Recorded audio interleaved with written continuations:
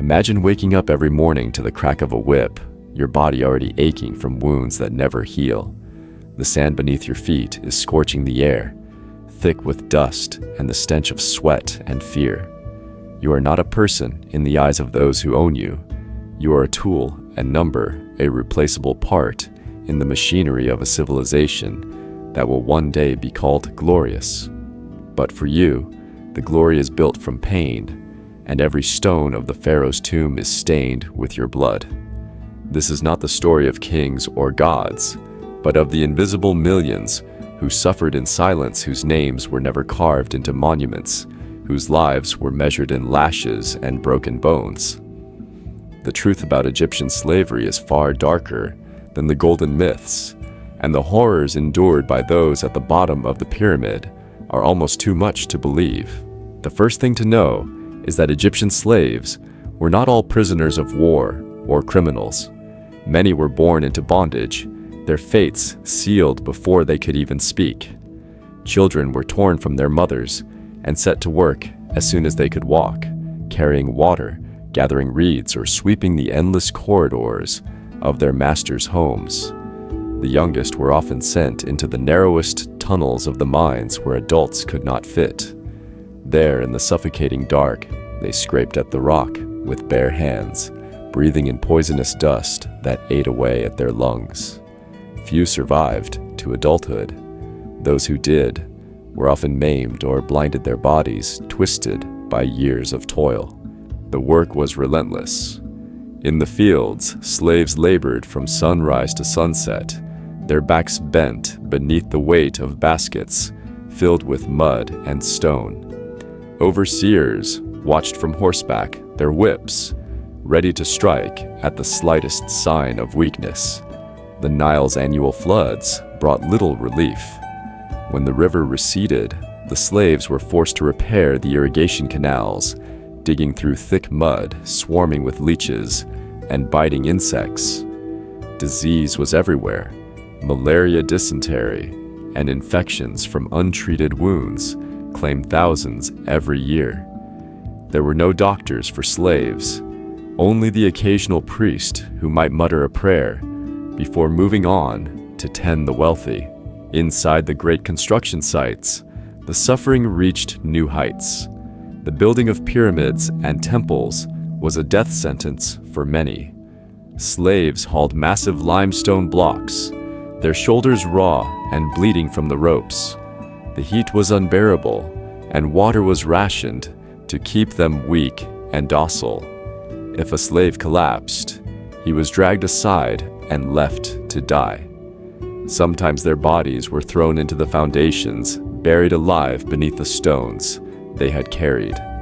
Archaeologists have found skeletons with shattered skulls and broken limbs, proof of the violence that ruled these places.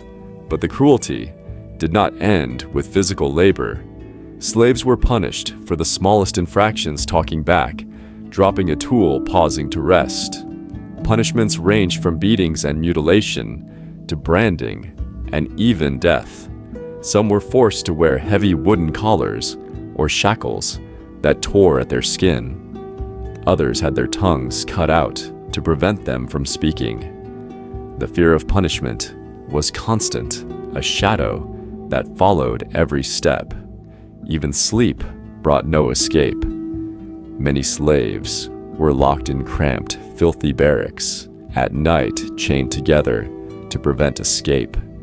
Rats and insects crawled over their bodies as they tried to rest, and the screams of the dying echoed through the darkness. Yet the Egyptians were masters of psychological torture as well. Slaves were stripped of their names and given numbers, their identities erased. They were forbidden to learn to read or write, ensuring they could never rise above their station. Families were separated at the whim of their owners, and friendships were discouraged, as unity could lead to rebellion. The priests told them that their suffering was ordained by the gods, that their pain would be rewarded in the afterlife, if only they obeyed. Hope was a weapon used to keep them compliant. Despite the endless suffering, there were moments of resistance. Some slaves risked everything to escape, fleeing into the desert, where death awaited. Others sabotaged the work, hiding tools or slowing down the pace. Rebellions were rare, but brutal. When they did occur, the punishment was swift and merciless. Entire groups were executed, their bodies left on display as a warning to others. The message was clear: the only escape from slavery was death. What is most chilling is how the system was accepted by society. The wealthy saw slaves as a sign of status, a living display of their power. Even the middle class aspired to own slaves, saving for years to purchase a single human being. The pharaohs worshipped as gods, justified the cruelty as necessary for the glory of Egypt. The monuments they built still stand, admired by millions, but few stop to think about the agony that made them possible. The story of an Egyptian slave's suffering did not end with the whip or the endless toil. There was another layer of torment, one that crept into every corner of their existence and poisoned even the briefest moments of rest. Hunger gnawed at them constantly. Food was doled out in meager rations: coarse bread made from gritty flour, a handful of onions, perhaps a few dates, if the overseers were feeling generous. Water was often brackish and carried in cracked jars, and the slaves learned quickly to drink sparingly. For those who asked for more were beaten or denied entirely. Malnutrition was rampant. Children's bellies swelled with hunger, and adults' teeth rotted from the sand that inevitably found its way into every bite. Disease was a silent executioner. The barracks where slaves slept were breeding grounds for pestilence. Lice and fleas infested their straw bedding, and the stench of unwashed bodies hung thick in the air. Wounds from labor festered, turning into ulcers that oozed pus and never healed. The Nile lifeblood of Egypt was also its curse. Slaves were forced to bathe and drink from the same waters used by animals and the dead. Parasites burrowed into their skin, and fevers burned through the camps. There was no mercy for the sick. Those who could not work were discarded, left to die in the shadows of the monuments they had helped build. The psychological toll was just as devastating. Slaves lived in a state of constant fear, never knowing when the next blow would fall or when they would be singled out for punishment. Trust was dangerous. Betrayal was common, as some slaves informed on others in hopes of lighter treatment. The overseers exploited this, turning the enslaved against each other and crushing any sense of solidarity. Even the smallest acts of kindness, a shared crust of bread, a whispered word of comfort, were risky. If discovered, both giver and receiver could be flogged or worse. There was no privacy, no sanctuary. Every aspect of a slave's life was controlled. They were woken before dawn by the sound of horns, marched in lines to their work sites, and watched every moment by armed guards. The days blurred together in an endless cycle of labor and exhaustion. At night, the slaves' dreams were haunted by the faces of those they had seen die, by memories of families torn apart, by the knowledge that tomorrow would bring only more suffering. Some slaves were forced into the most dangerous jobs, mining gold and copper deep underground. These mines were hellish, with tunnels so narrow that only children could crawl through them. The air was thick with dust and poison, and the walls threatened to collapse at any moment. Many never saw the sun again after entering these mines. Their bodies, when found, were twisted and blackened, evidence of the slow, suffocating death that awaited them below the earth. The religious system of Egypt offered no escape. Priests told slaves that their suffering was part of the divine order, that obedience would be rewarded in the afterlife. But even death brought no dignity. Slaves were buried without ceremony, their bodies dumped in mass graves or left for scavengers. Their names were never recorded, their stories erased from history.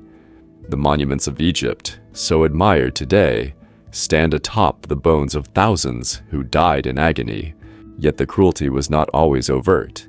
Some owners prided themselves on being kind, allowing slaves to keep small gardens or granting them a few hours of rest during festivals. But these gestures were designed to keep the slaves productive and prevent rebellion. True freedom was never an option. Even the luckiest slaves, those who served in the households of the wealthy, lived under constant threat of punishment.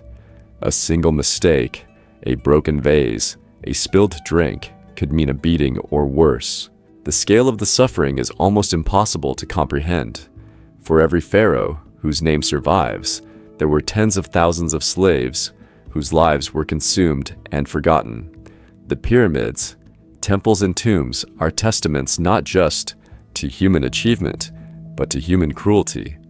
The hieroglyphs that celebrate the glory of the kings are silent on the pain of those who built their dreams. For the Egyptian slave hope was a dangerous illusion. Sometimes it flickered in the smallest things, a glimpse of the sky between stone blocks, a rumor that a kind overseer had arrived at a festival where the guards drank too much and forgot their cruelty for a few hours. But hope, more often than not, was a trap. Slaves who dared to dream of freedom paid dearly. Escape attempts were met with public torture, feet cut off, eyes gouged out, bodies left hanging as warnings. Even those who survived such punishments were marked forever shunned by their fellow slaves and watched more closely than ever. Some slaves, desperate to survive, turned to forbidden rituals. They carved secret prayers into the stones they hauled, hoping that the gods would hear their suffering. Archaeologists have found these hidden marks, scratches, and symbols buried deep inside the pyramids and tombs, invisible to the masters, but full of meaning for those who made them. These were not prayers for glory or riches, but for mercy, for an end to pain, for a chance to see their families again in the next life. Sometimes they whispered curses against their owners, believing that vengeance would find them in the afterlife. The psychological warfare did not end with the priest's sermons or the overseer's threats. The Egyptian legal system was stacked against the enslaved. Slaves had no rights, no recourse if they were abused or killed. The law treated them as property, and their value was measured in silver grain or livestock. Owners could sell trade or even kill their slaves without consequence. Some slaves were forced to serve as human sacrifices during royal funerals, buried alive with their masters to serve them in the afterlife. Others were mutilated or blinded to prevent escape or rebellion. There were rare moments when a slave could earn a measure of trust or even a small reward. A talented craftsman might be allowed to work in the temples producing jewelry or statues for the gods. A clever servant might be promoted to oversee other slaves. But these privileges came at a price: loyalty to the master, betrayal of one's own kind, and the constant fear that a single mistake would send them back to the fields or the mines. The system was designed to break the spirit, to erase any sense of self-worth or identity. The legacy of Egyptian slavery is not just written in the stones of the pyramids, but in the scars left on generations. The suffering did not end with death. The bodies of slaves buried in shallow, unmarked graves were often disturbed by grave robbers or wild animals. Their bones, scattered and forgotten, became part of the landscape, a silent testimony to lives spent in agony.